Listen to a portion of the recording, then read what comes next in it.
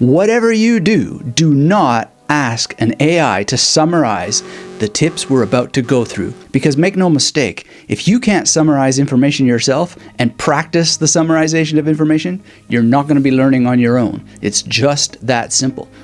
Learning on your own can be incredibly quick. Heck, it can even be inexpensive. But discovering how to do it properly, it can be also psychologically and financially disastrous if you go about it the wrong way. And getting robots to summarize information for you is one of those wrong ways. So whether you're looking to advance your career, enrich your personal life, or simply satisfy your curiosity, there's definitely a right way to go about educating yourself. And in today's fast-paced world, you can't afford to make rookie mistakes. You can't afford to regurgitate what a machine tells you is the summary, because you need to be able to not only summarize yourself, but read between the lines. Now, I know this all too well from my experiences, getting a PhD, learning languages, and figuring out how to reach millions of people through my books, through my video courses, through this channel. And my journey has been filled with mistakes that you can avoid by paying attention to everything I have to share with you. I've also taught at 3 universities. I've seen many learners make all kinds of mistakes. I've seen my colleagues enter irrelevant learning mazes, and I've seen a lot of people regurgitate summaries that they've seen even before AI in Cole's notes, as if that was the actual information that mattered. This doesn't cut it, and it won't in the future either. And because I'm so passionate about helping my fellow lifelong learners, I'm delighted to at least try and help you avoid these kinds of dead ends, to save time as you harness the power of learning on your own, but to not take the wrong shortcuts, so that you actually are the person who can summarize and get to the point, knowing that no one knows the point. This is reality. Nobody has the biggest bird's eye view more than anybody else. And that's why your best weapon is thoroughness. It is absolute attention to detail, and it is paying attention to the introductions to things instead of screaming, "Get to the point." So if you're ready for my best tips, you'll be able to manage with humility this weird paradox where experts do have some sense of what matters because they've taught themselves by going through the information thoroughly and well. This is Dr. Anthony Metivier from magneticmemorymethod.com. Get subscribed if you're new here and you like learning all about how to not only enjoy learning better, but to have a better life through better memory. That's what the Magnetic Memory Method project is all about. And it certainly helped me. So hit that thumbs up to help me train the robots that we humans still care about better living through better memory, the human memory that is our birthright. And let's dive in, noting that I'm not saying throw away technological tools, but if you want to succeed along your solo learning journey, the 9 tips that I have for you today, they need to have a solid foundation. And that foundation is characterized by at least 4 core commitments. Of course, there are no magic numbers, so there may be more than 4, and not all 4 may be relevant to you. But one of the key ones that I find people benefit from the most, and I certainly have benefited from the most, is to create and review a vision statement regularly that guides your journey. Now, this may seem like that's a self-helpy kind of thing, but no. When I started my master's degree, my first master's degree, I had to write some kind of project statement. It wasn't exactly a vision statement, but I had to be very clear about what I was doing. Then I had to do it again for my second MA. I had to do it for my PhD. It really just helps stage what you want to do and how you're going to do it, and identify the key little parts. Why? Because the second commitment is deep engagement with topics and skills that goes beyond the surface level. You want to distinguish yourself, right? Well, then teaching yourself is only going to distinguish yourself if you compete with the people who are doing it formally and have some sort of external pressure requiring them to match at least some kind of standard, right? So you want to put that upon yourself. Figure out what the standards are. You can cover this in your vision statement, but you want to make a commitment to actually going deeper than the people who are studying things formally. Then you want a commitment to critical thinking. And critical thinking in this case has to be about everything, but especially about which accelerated learning techniques are worth pursuing. Because as a solo learner, you're going to probably come across all kinds of whiz-bang, razzmatazz promises of speed reading, and even people in the memory improvement world exaggerate what's possible there. And you've got to be able to think critically about it and then invest your time in learning memory techniques and memory skills that are actually going to deliver. And that's going to require a little bit of personalization, and figuring out that personalization is, of course, something that belongs to the realm of critical thinking. So deeply commit to becoming a critical thinker. And then the fourth commitment is a long-term investment in active learning strategies. And we'll talk a little bit more about what that is. But you definitely need at least these 4 commitments, because it's all too easy to feel like you're involved in serious autodidactic efforts when actually you're just touching the surface. And if you want to become a polymath who fills in the gaps where you lack all kinds of nuances and details in various areas of interest, well, you can't afford to rely on your feelings. Oh, it feels like I'm doing something. No, there's actually a peer-reviewed study which demonstrates that so many learners think that they've learned more than they actually did, because passive learning creates that feeling. But we need active learning. And the passive consumption of information is so comfortable, and it's often fun just to sit there and, I'm getting all these details. And as the details come in, the way working memory and short-term memory operate, they can make you feel like you're really super engaged and it's getting into the system. But that's usually a dead end for people engaged in self-learning activities. We actually learn better and retain information over the long term through active engagement. And that means feeling challenged, which is a different sensation than understanding in the moment, or even remembering something down the track. Like you watch a video and then later in the day you remember it and you go, oh, I feel like I've learned that thing. No, you have to really challenge it to get that long-term absorption, and that comes from some of the tips we'll talk about today. Now, I know some people are saying, get to the point, and this is a really long introduction. One of the things that you need to do is start actually paying attention to the introductions, because there's often really dense and interesting and useful clues in them.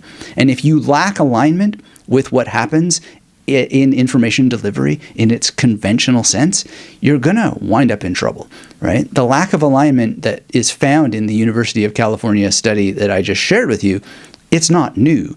People have found that you need to be aligned to taking on challenges, to feeling uncomfortable for thousands of years. St. Augustine addressed this problem long ago, as did the very, very important medieval mnemonist named Hugh of St. Victor. And he wrote a whole book talking about how that you need to take on these challenges. It's the Didascalicon, if memory serves, is the title of this book. Really amazing. And many, many monks and teachers in pre-university worlds were finding that their students just could not show up. They felt like they were learning, but they were actually just passive learning. Anyway, I'm repeating myself a little bit here as we get into these tips to make it very, very clear that the feeling of learning is seductive and it can be a huge illusion. So consumption is not learning. You need to challenge. And with that in mind, let's get started with the first strategy. Spend an epic amount of time structuring your goals and keep doing it over and over and over again. Now, I'm going to go into some detail on goal structuring because it's really important. And I want to start with the elephant in the room because a lot of people mention it to me, and I think it's horrible in many ways. And that is the idea of the SMART goal, right? And, well, yes, they can help you keep yourself focused. I mean, SMART means specific, measurable, relevant, and time-based or time-bound. Well, really? I've always found that SMART goals pale in comparison to what I'm going to share with you in a moment, but also what I've already suggested, which is creating a vision statement. Ideally, a vision statement that you write by hand in a journal that you use to document your progress and continually revisit the vision that you set for yourself.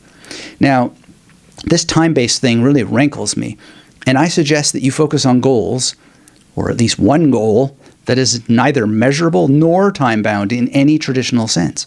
Specific and relevant, sure. But what this measurable and time-bound means makes little or no sense to me. I mean, think about it. How can you measure a goal when you don't know the main ideas that are going to be involved, the main requirements that might be involved, if you're learning on your own? If you're going to a traditional learning structure and you have a formal instructor, they're going to know, and they'll maybe be able to point out the aspects of a topic or a skill that you need to learn. But if you're doing it on your own, setting SMART goals really doesn't make sense. And when I set and plan my learning goals on my own, I try to avoid reinventing the wheel, and I try to avoid cliche advice from the self-help world, or if I'm going to use it, I use critical thinking, which is the commitment I asked you to make, right? So even everything I'm saying, be critical about it. It's very, very important. So I don't like to reinvent the wheel. So one of the things that I do instead of setting SMART goals is I use educational structures. And these are very, very old learning cycles that remove a lot of cognitive load, but you have to spend more time designing it for yourself. And I'm talking about traditional semesters as used at universities. So even though you're learning on your own, it doesn't mean that you can't harness the power of the institutional methods for structuring your time. Whether it's 3-month or 6-month learning periods, I suggest you plan your self-study projects within the academic term or the framework that traditional schools work in. Now, I don't think I'm biased when I make this suggestion, even though my long history as both a student and professor clearly has placed this kind of learning structure or time-based pattern deep in my procedural memory. I sometimes think that I have a craving to learn in these patterns just because I spent so long in school. But I think the benefits of planning within the semester structure is just, I don't know, there's a certain je ne sais quoi. I don't know exactly what it is, but what I have done is made my own acronym, since I don't like SMART goals very much, and that is TERMS, T-E-R-M-S. And I'll explain what that means in a second. But even if I'm suffering from this deep memory bias and procedural memory, this nostalgia for the university world that I no longer teach in or learn in, the benefits are just so clear to me, because planning your goals within a 12 to 15 week period of study will help you pace yourself.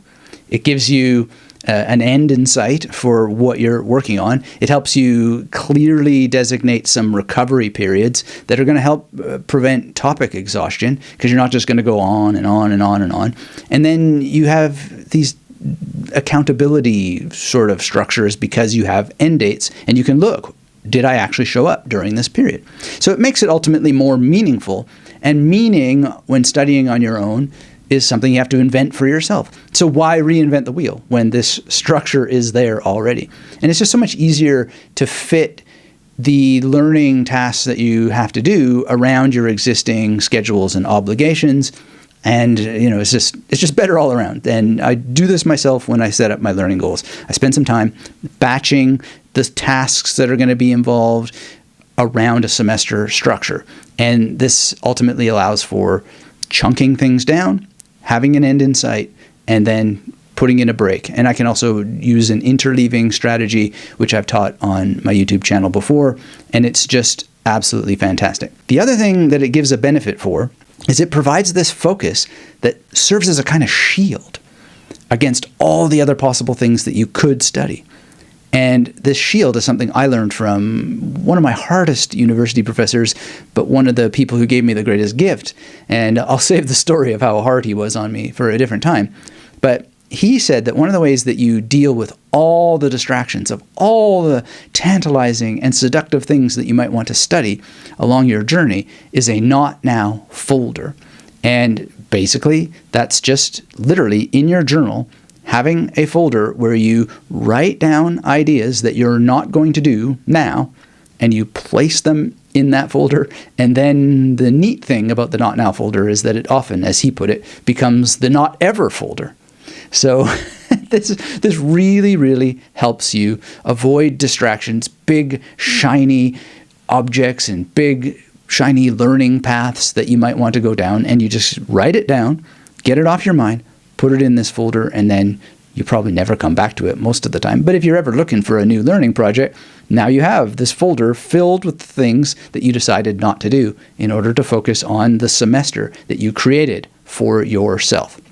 Okay, so what does this terms mean? Well, the T is for time-bound sessions within a clear semester-like period, 12 to 15 weeks. So it's time-bound, it's the same thing, but now it's at the beginning of the acronym terms, right? E is for evaluated using a memory journal, ideally on a daily basis. R is realistic limits based on the specific study load described in your vision statement that you start with. And then it's modular, which means broken down into specific topics that are not going to be interrupted because you have a not now folder. And then your S at the end of terms means scheduled and fixed study sessions that ideally you've written by hand into a calendar. Now, you might be saying, why do I have to write it down in a calendar? Well, lots of reasons, and there are scientific studies about how much more bang for our buck we get out of handwriting. It'll get it into procedural memory as well, and you're just going to use a physical journal over and over and over again if you really want to get the most out of your time invested and you want to remember more. I won't take us down a rabbit hole into all of the science that supports this claim. I will just say, though, that I've split tested this and I've done things on digital reminders and so forth. I find it personally really annoying to have digital things reminding me of stuff. I tend to just ignore it. But one thing I don't ignore, and you can just take my success as an example, take it or leave it. I've done a lot of things in my day, and a huge portion of that success comes from not forgetting.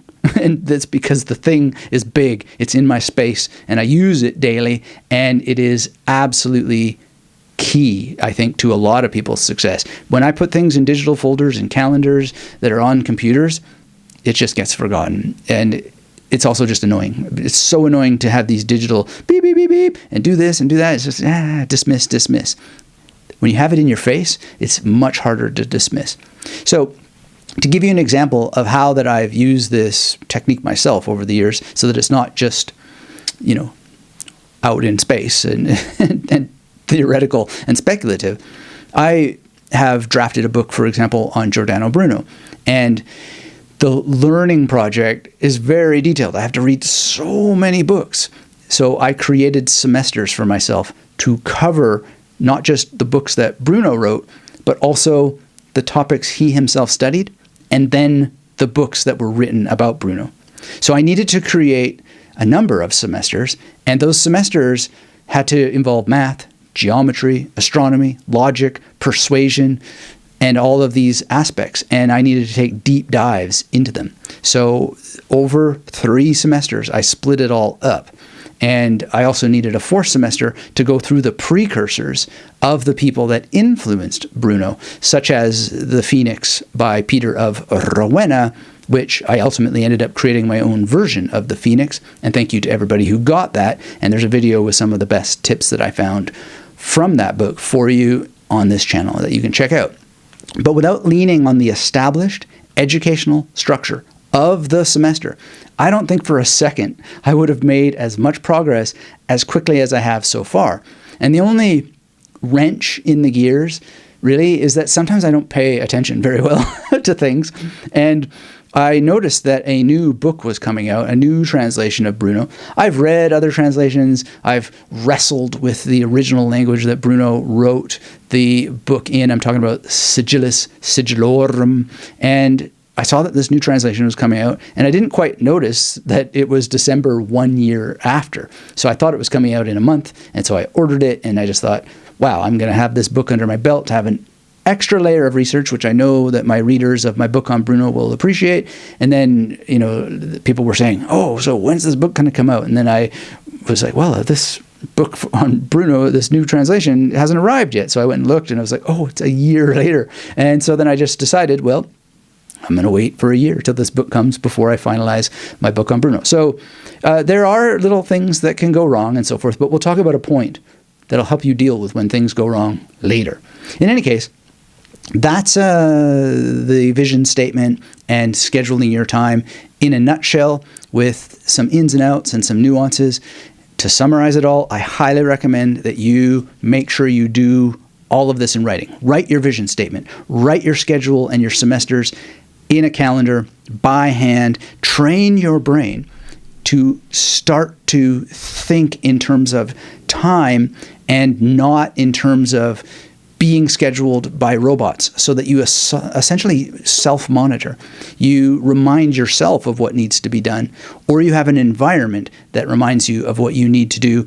And, another little tip here is I have had mind maps that I leave on my desk in order to remind myself daily, to the point of sometimes pain and frustration, that this project isn't done yet and you got to get it done. And it's just extraordinarily effective. But getting notified by a bot, dismiss, dismiss, dismiss. I've tried it both ways. Your mileage may differ, but I have found the offline version is so much more effective, and I've gotten so much more done as a result. And this also just has to do with your vision of life in particular.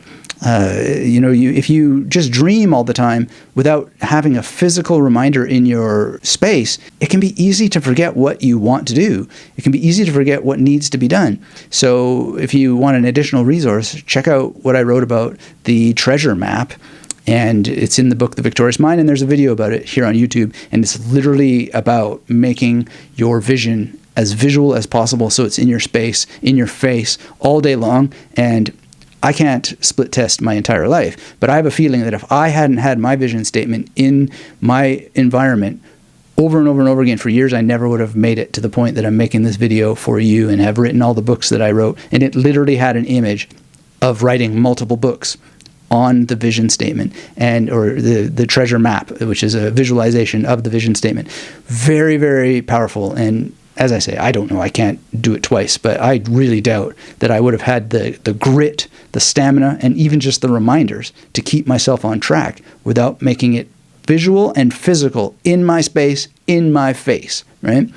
It's kind of like my bass guitar that's sitting over here and my other guitars, bass in your face. I used to say that all the time, bass in your face, bass in your face. And it would just remind me to practice. And I wound up getting to go on tour with one of the most complicated bands I've ever played with. And, you might not find it complicated, but it was really hard for me to learn that music. And I was able to do it just because I had the bass in my face and it reminded me to practice. And that's how I got there. So, yes, repeating this point, but only to get it through everybody's mind. I mean, they say you have to repeat things 7 times, so maybe I haven't repeated it enough. In any case, that's tip number 1. And now we move on to one of the most important things I think that I could ever possibly share with you.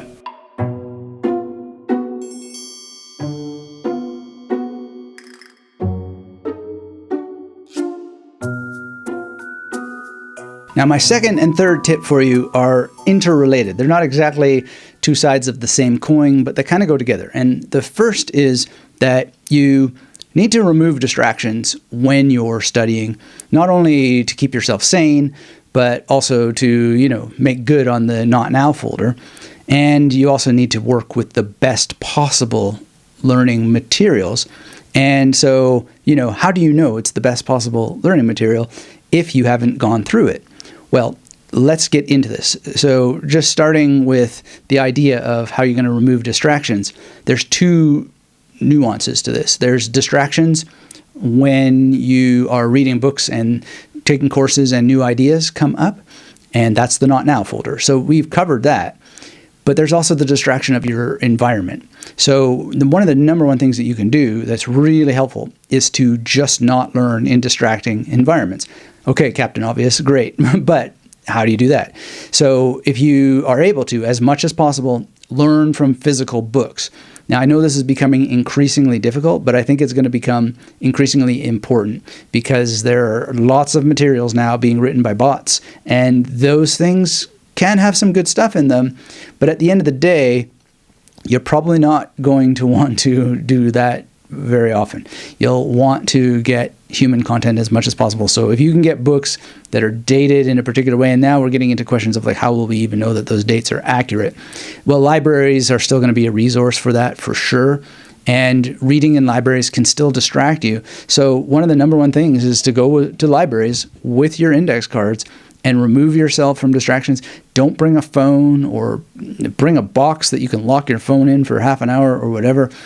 Just make sure that you're not being yanked away, because what's happening is you're training your brain to crave what's called phasic dopamine, or dopamine spikes as we often call it, when our brain actually really learns better when we have tonic dopamine. This is a problem that we're all intimately involved in, and this is the best thing that I know to do, other than what I talked about in my dopamine resetting video, which you can go through, is just to simply not be in an environment where you are continually being yanked away from what you're supposed to be focusing on. And, Pomodoro, I don't do that stuff, because it is just a device that's yanking my attention away. And then I have to get back into it. So the best thing to do is just to be into it in the first place. And so you can, when you find a distraction-free environment, do a lot of breathing exercises, muscle relaxation exercises. You might say, oh, but then I'm going to put myself to sleep. Well, sit up, don't lay down when you're doing this, or stand. I do a lot of reading while standing, walking, etc. My wife doesn't really like it when I read when I walk, but sometimes I just have to get it done. And so she puts her finger in my belt loop to make sure that she can steer me around. And it's effective. I want to learn all the time. So there's these kinds of solutions. They're available for you. Now, what about when you're at home and you need to learn online, or you're taking on an online course? Well, one of the things you do, and this is now, something that is going to take a little bit of a discipline, but it's worth doing, is get headphones with a long cable and separate yourself from the computer, and get a mouse that, is radio controlled or what have you, but keep that, push it away with your toes, and then take notes on your cards, right? And when an ad pops up, if you're using YouTube, for example, then take your headphones off, don't listen to the ad, and use that as your moment to sort through your cards and put some of them in the Not Now folder if it's just leading you on, a rabbit hole that you can't afford to go on at that moment. And then when the ad is over, put your headphones back on and carry on. This will stop you from needing to reach out for your mouse and, change the ad, and then you're like, well, I'm just skipping the ad, so maybe now I'll go and check all these different tabs and so forth. Have just all the tabs closed. Do not open new tabs. Stick with the program that you're studying. This is a very difficult discipline, but it's helped me a ton. All right, so those are just some suggestions for you to keep focused. And it's not that it's perfect. It's just a practice to develop. And as much as possible, I just skip the online stuff and go and read books that I have high confidence are actually produced by humans, and take notes, and then use those notes to memorize the information in memory palaces. So the third tip that is related to this is, how do you find the good information in the first place? So this is just something that is not perfect, but it helps a lot, especially as a person who learns on my own now, is to search the internet in a particular way. And basically, you can say in text, the name of your topic and syllabus. Or you can say in title or in URL sometimes. And you'll find the syllabi of some of the world's best professors at the world's best universities. And then you read the books that they are teaching, they're assigning in their classes. And that's just a massive thing for learning on your own. Now, inside of those books will be bibliographies. And why not just select a percentage of those books to then further your reading? Do the follow-up reading or the secondary reading. It's very, very powerful to stick with that program and go as deep into it as you can, because it'll then make recursions, which is to say it'll start to refer to itself, and you'll see a lot of patterns, and you'll see the key terms, the keywords that really, really matter, and what conceptual material those keywords relate to. Obviously, this is not going to apply to every topic under the sun, but it will to almost all of them to a certain degree. And, you can probably figure out ways to adapt this to whatever it is that you need to learn. So it might not be syllabi that you look for. It may be online courses. So in text, your topic, online course, or in URL, your topic, online course, and you can find things so much faster and easier and better that way. You can add words like leading expert, all kinds of keywords that you can imagine that will help you figure this out. Now, of course, now we have ChatGPT and other AIs that can help with this. I would still run it through your own manual search and still look through syllabi, because these machines still hallucinate, but also they don't know. They don't have a perspective. But the university professors who create their reading lists and their assignments for students, they have not only the perspective of their own expertise, but they've often tested these topics for years with their students to see what's getting the best outcomes, at least ideally. Anyway, it's well worth putting this into your resourcing of what you're going to learn and study in your own self-education process, and really make sure to do this a lot, because you're going to find stuff that you probably would never find otherwise, and it's just been golden for me. And just a key example is when I was doing my Bruno project and I needed to get to the core of metaphysics historically, and I found Adrian Moore's material this way. Is that his name? Let's check my memory. Oh, that's right. That's exactly right. So the thing is, he was listed as the key person, not just on one syllabus, but multiple syllabi. So that's what I went with. And his book has so many citations to so many other things. And I just ultimately read more of his books to really get to the core of that topic. And it was all scheduled in. But if you're going to schedule stuff in, this technique is going to help you cut to the core of the good stuff.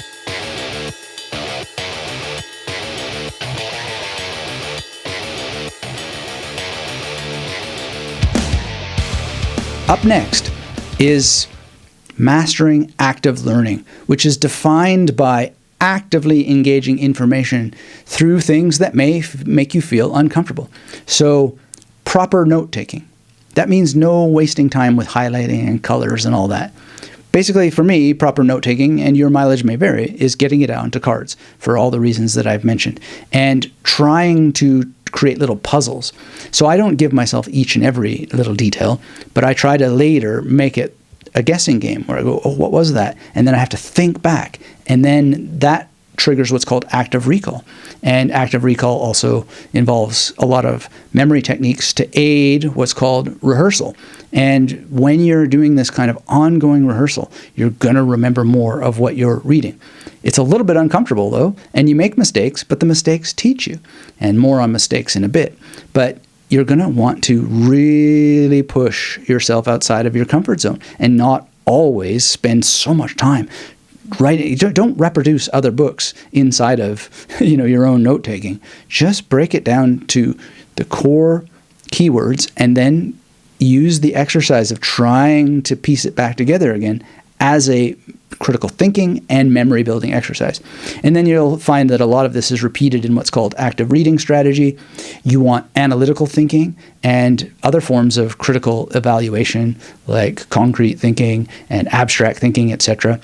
Question each and every detail. Question, and then recreate information from your questions, your answers, in a variety of ways. So writing summaries is really, really important, but also, I don't do this all the time, but mind mapping out what you remember from things and seeing if you can find additional patterns, additional connections.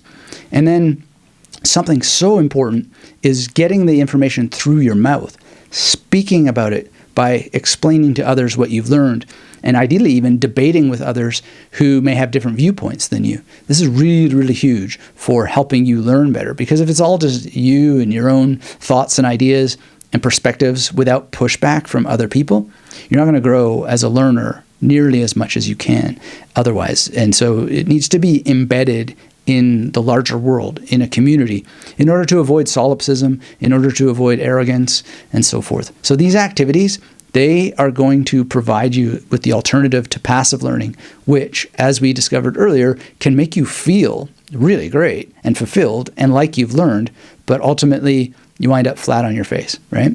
So make sure you really follow each of those things and practice them as much as you possibly can. This raises the question of, like, how are you going to find communities, especially with people being so isolated because of their focus on tiny little internet screens, etc. I don't necessarily have the magical answer for that, But if you get involved in the highest level of the magnetic memory method world, you'll find people. I've had people in my community make lifelong friends, and they go off on their own and talk amongst themselves, and they've challenged each other, and it's quite amazing how they've grown as people as a result. And, if you're in this highest level of community, when we have our monthly meetings and so forth, you could push back against me. And we've had that too. And it's quite funny what sometimes happens, but not funny necessarily in the, well, I don't know why I said the word funny, but interesting things have happened anyway. and it's rewarding. Okay, so create this highly optimized journey with the challenge, and you'll be setting time aside for reflective thinking also, because one of the most important activities when you're learning on your own, or just in general, is to make sure that you spend a little bit of time without notes, without anything, reflecting, thinking about what it is that you learned, trying to make additional connections. And once you get this into your procedural memory, you'll find that you are just doing it automatically, and you'll have these aha moments. And it's absolutely fantastic when that starts to happen for you. So push, lean, dive into challenge. And the key at the end of the day is to always be challenged, but not so much that you're frustrated. And if you get frustrated, don't give up. Just manage it. Balance the challenge frustration curve, as I say in some of my books. And exactly how you're going to do that, well, that's up to you to figure out. That's part of what learning about yourself as a learner is. Nobody can tell you, oh, well, this is the exact point where, you have to increase the challenge. But you'll find clues along the way by journaling your journey and seeing, oh, well, I'm starting to get stagnant here because I haven't pushed it. And I do this also with my memorization goals. I find, oh, this is getting too easy to memorize this certain kind of content. So why don't I go and do something more challenging? I found it starting to get easier and easier to memorize Sanskrit. So I went and started to memorize Shakespeare. And Shakespeare hasn't become much easier. But what I realized is that there are some things about poetic language, how compressed it is, that makes it a little bit more challenging for me. So then I started to go to more difficult poetry. More difficult than Shakespeare, you're thinking? Oh yes, I have found it. But more on that some other time.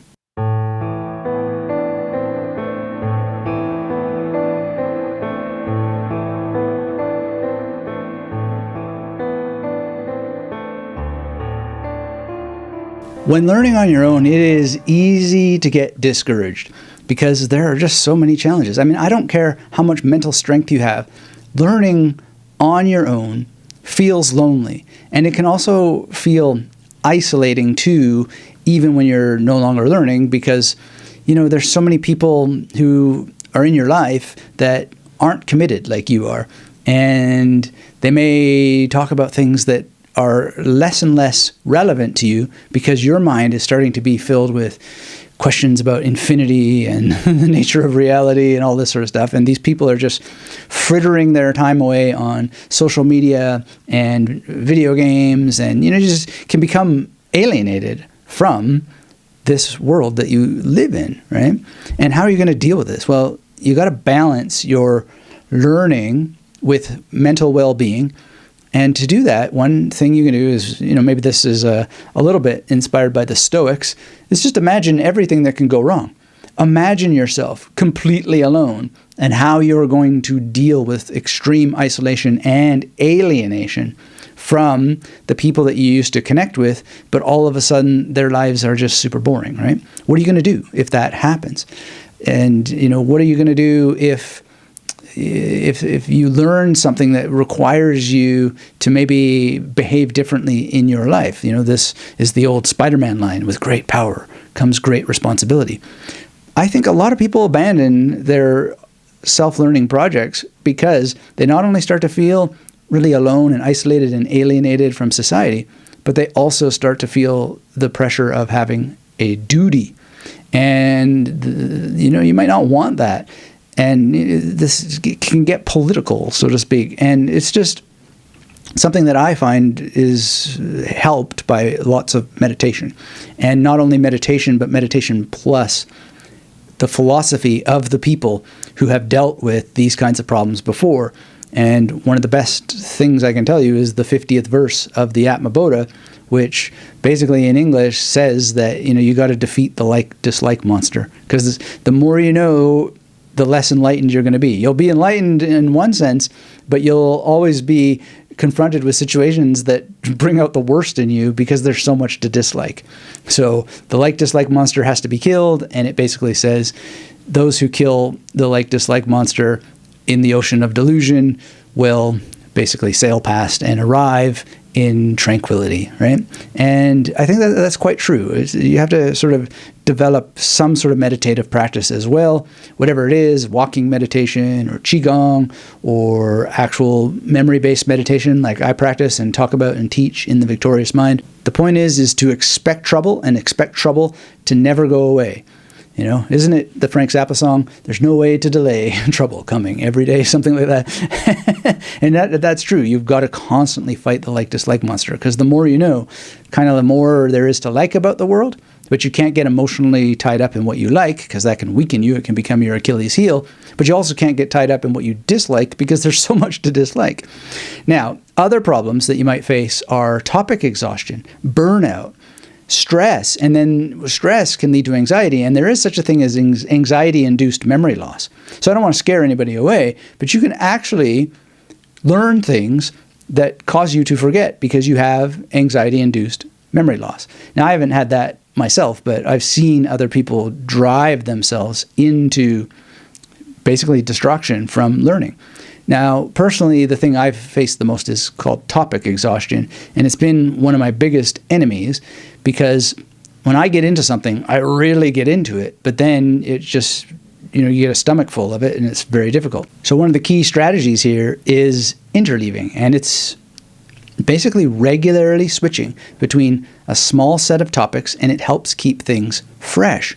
And you can do it in memory palaces too. You can split up memory palaces in particular ways where parts of it deal with topic A, parts of it deal with topic B. I cover this in the Magnetic Memory Method Masterclass. And it really helps to switch from committing one type of content from another and just continually feel like things are unique and novel. And I believe that novelty helps with memory formation, which is why I try to weave in new things as much as possible. So when you finish one particular topic, try to bring in something that's as unique as you possibly can find in order to start getting that benefit of, wow, I never heard this before, which, just maybe gives you some phasic dopamine spikes for a while, but because you're doing all these other things like breathing and muscle relaxation and meditating and managing that like-dislike monster, if not outright killing it, you just are going to be able to have influx of the new without getting carried away and rotating between the things that you need to study to completion without getting tired out from them. And if you do get tired out, the point of this exercise is just to imagine in advance, what am I going to do if I get tired out so that I get back up on the horse as soon as possible to complete the learning goal?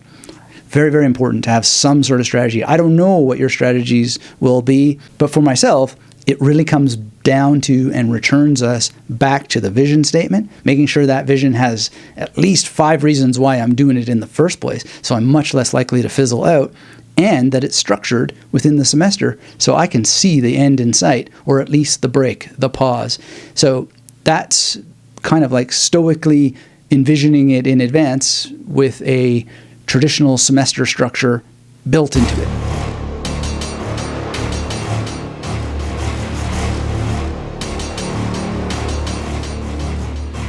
Now, learning on your own can make it tempting to cut corners and to avoid some of the ethical activities used in traditional learning systems, especially when there's information sharing.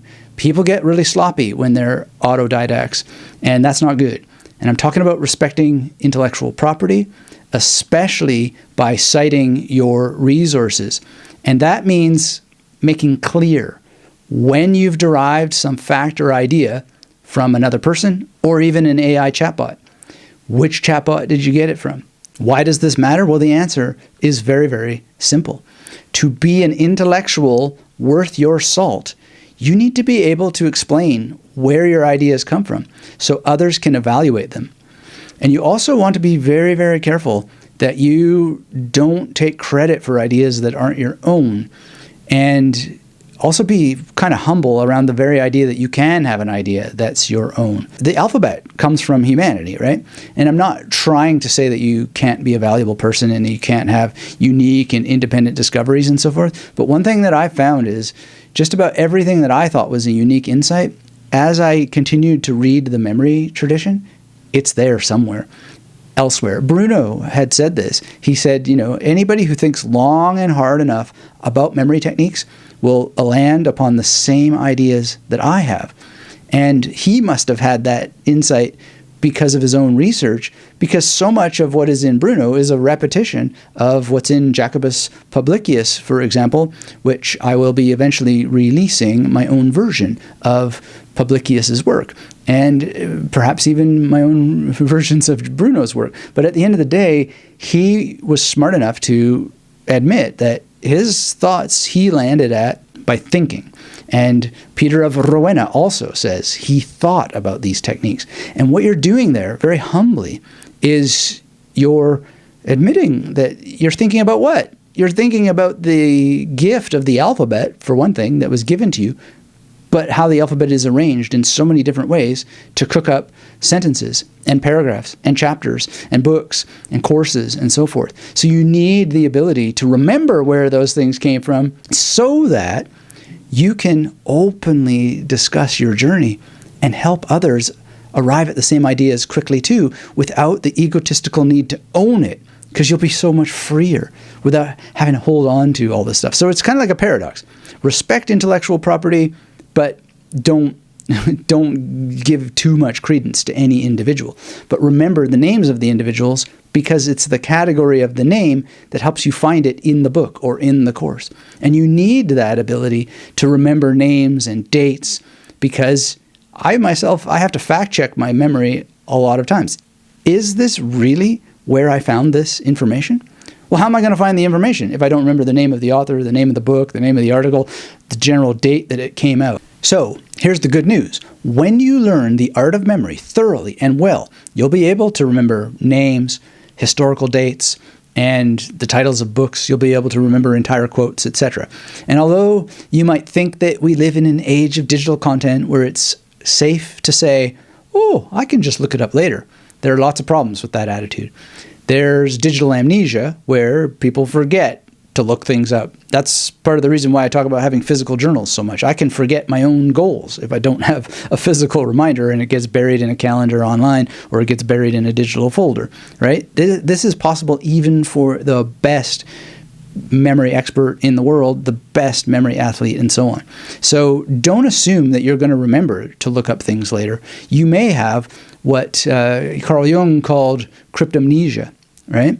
And that was, sometimes you do remember certain things, but you can't remember that you didn't actually come up with it yourself, and therefore you're not even going to look for where it came from. So just don't assume that I can look it up later. There's all kinds of problems that can come out of that.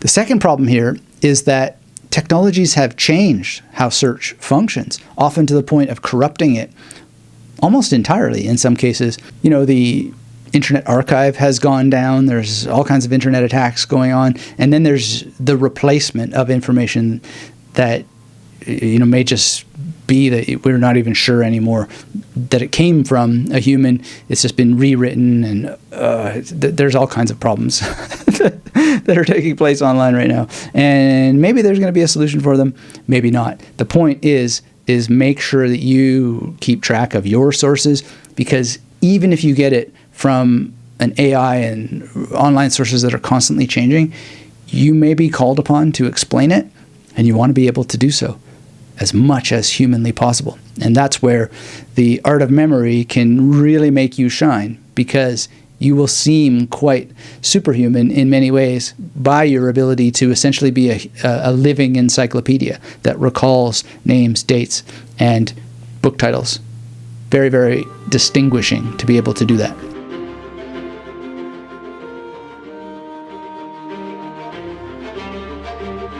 I've had countless people email me when they're teaching themselves the memory palace technique with the wish to get it right the first time. Now, their hearts are in the right place, but it's a poor learning strategy, not just for the art of memory, but for all kinds of topic areas and skills. There are no mistakes when learning. You really have to adopt this attitude. There are results, and there are opportunities to get better results. How? Through analysis and repetition. Repeat attempts. And everything you do is an experiment. I would suggest always thinking this is an experiment. In this experiment, then look at the results.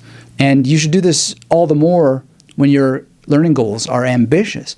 And you should do it all the more when your learning goals are interdisciplinary. Because the more ambitious your goals and the more interdisciplinary they are, the more you're going to get what conventional learners call mistakes. But you're not going to be a conventional learner.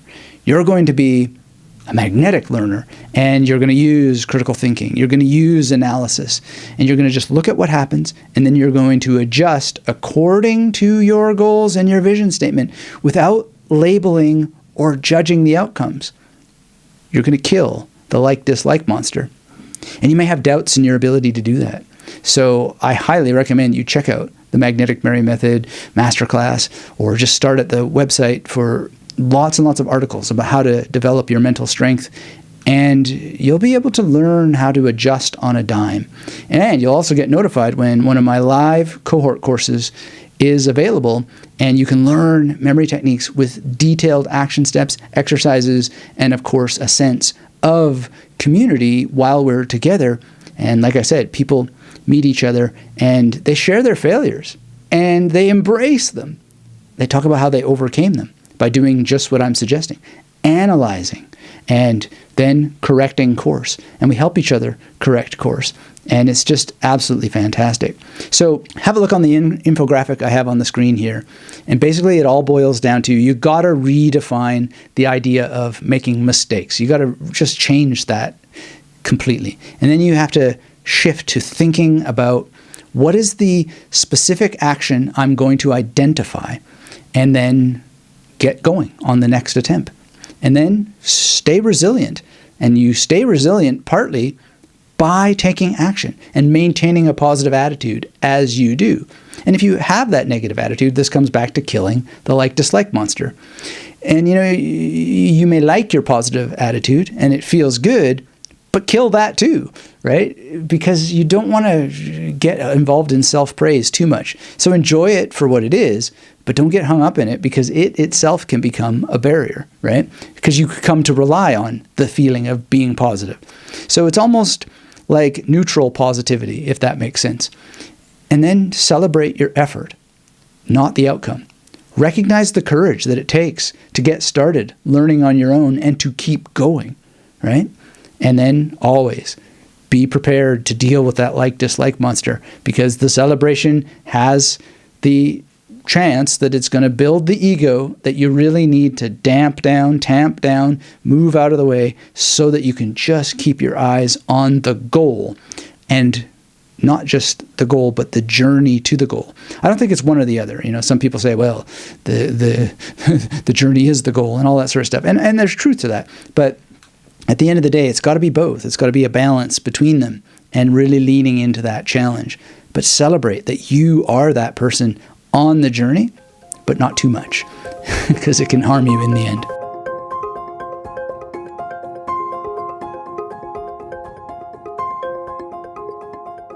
Lots of us know this, but if you don't, well, welcome to a wonderful treat.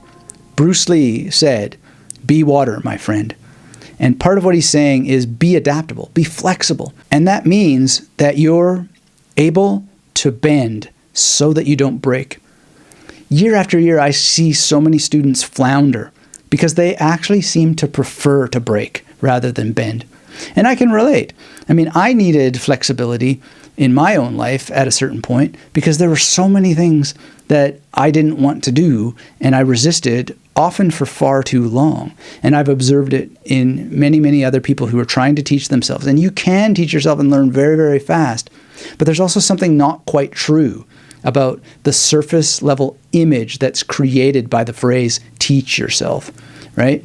Because, well, for example, I can fully say that I learned self-publishing on my own at one level of reality, and my first book was a self-published hit before I started the Magnetic Mary Method blog and started doing the YouTube videos and the podcast and so forth.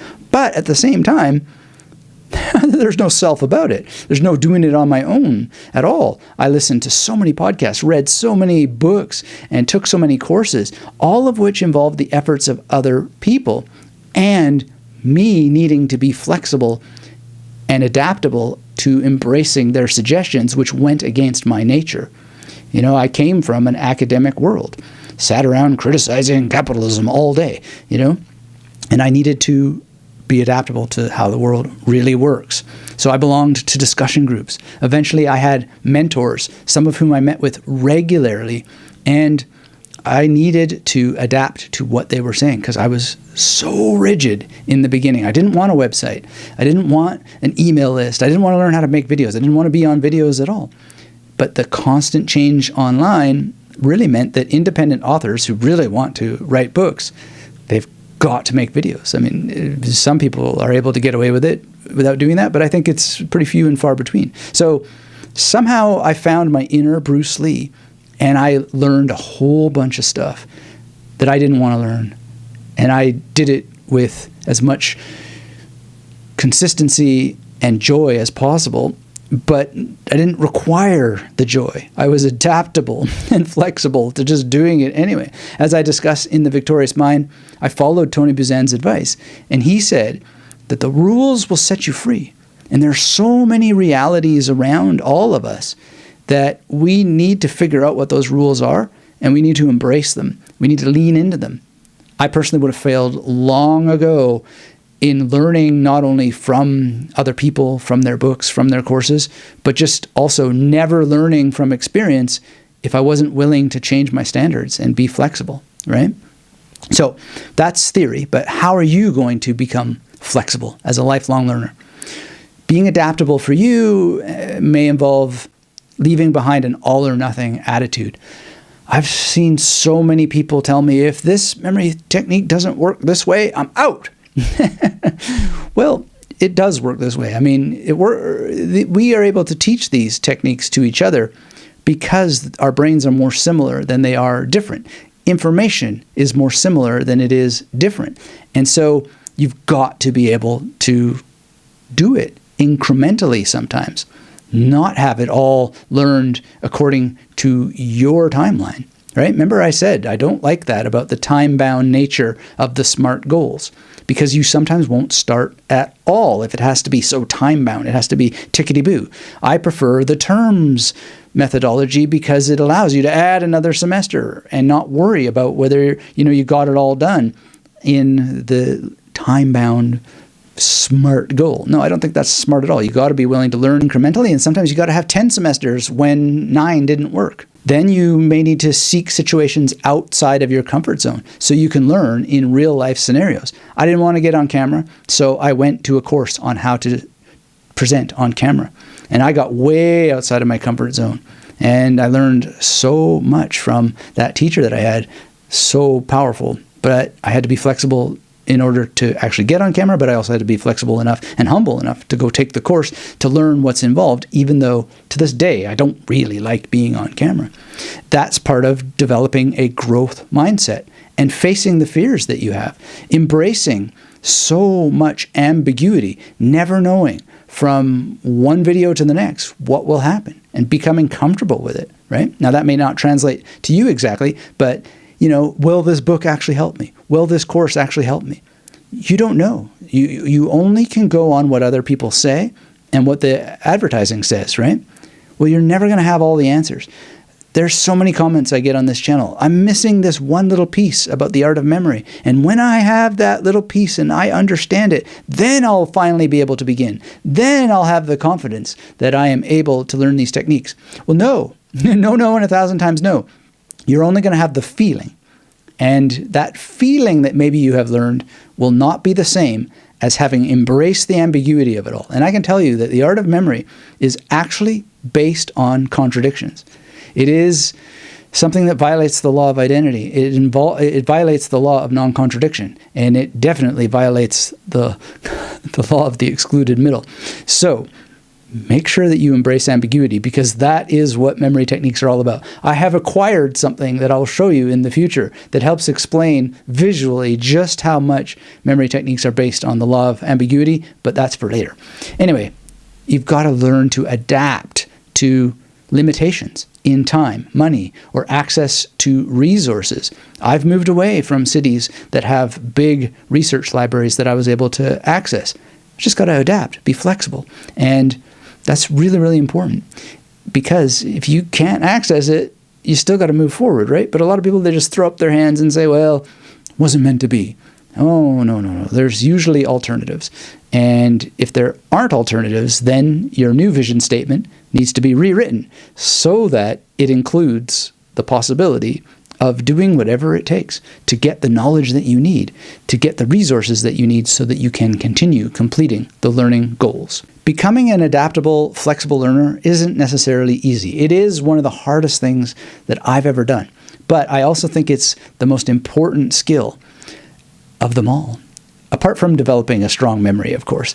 And speaking of developing a strong memory, make sure that you get subscribed if you're new here, hit that thumbs up, and then when it comes to this idea of like, what books are we going to read, what courses are we going to take, and using that search function that I mentioned, the next thing to consider is how are you going to find the main points in those books and those courses? Well, for my tips on that, stick around and watch my detailed tutorial, something you can also find on my blog and podcast, for finding the main point in any book or article. I promise it's very, very detailed, and judging by the comments that have accumulated underneath the main point video, it's been useful to other people, and I'll bet it's useful to you too. Just make sure that you don't get hung up in all the other possible shiny objects that will reveal themselves. Take notes when you go through how to find main points in any book or article, and then memorize the key points so that you are more likely to take action on them, and then get something physical in your environment so that you use the main points you discover after going through that video next.